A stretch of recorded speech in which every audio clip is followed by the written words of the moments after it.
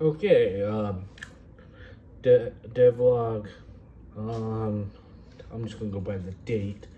Now I forgot how many I did. August 7th. So I'm able to get both of the iOS and Android running on Flutter, and I'll demo it soon. And okay, these models, once they're loaded, they're pretty fast, but it might take some time after the model hasn't loaded.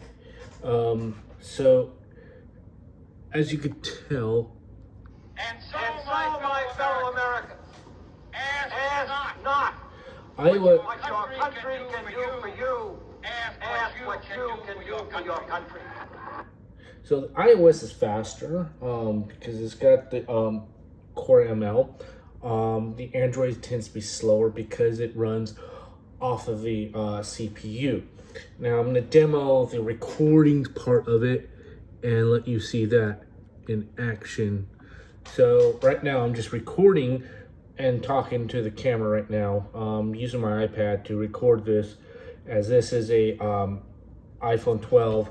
This is a Samsung S10 Plus, and that I'm running this, and this is Whisper running on both with Flutter doing the UI in the middle.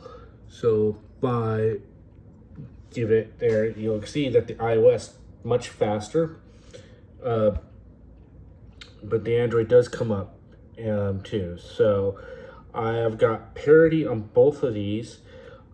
Here I used so on the Android side, I pushed it up to GitHub, the project, and then around it, and I used Jitpack, so Jitpack.io, to then use that to link into my Gradle, which I will probably do a separate video going into the code and that, because that way I share my screen. But this just showing you I got both the speech to text running on both Android and iOS through Flutter. That's why they have the same UI. And to prove a point, I need to prove a point. Make sure that you know I am not, that this is not using the internet at all. So we'll try this again to prove that it's not using the internet.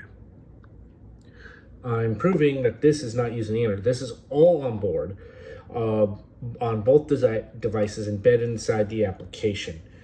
And as you tell, I turn on airplane mode so I could turn off the internet on both of them.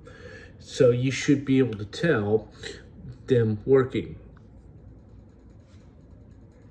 So you can see iOS way faster. Takes a little while for the Android, but it's working as you said.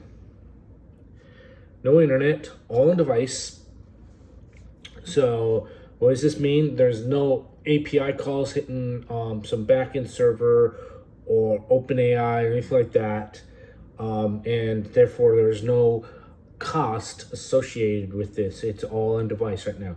So this is a major milestone in my steps, and this is a proof of positive that I'm able to get this embedded AI in both Android and iOS, and it's running on like I said, an iPhone 12 and an Android Galaxy S10 Plus. So this is proof of that. All right, bye.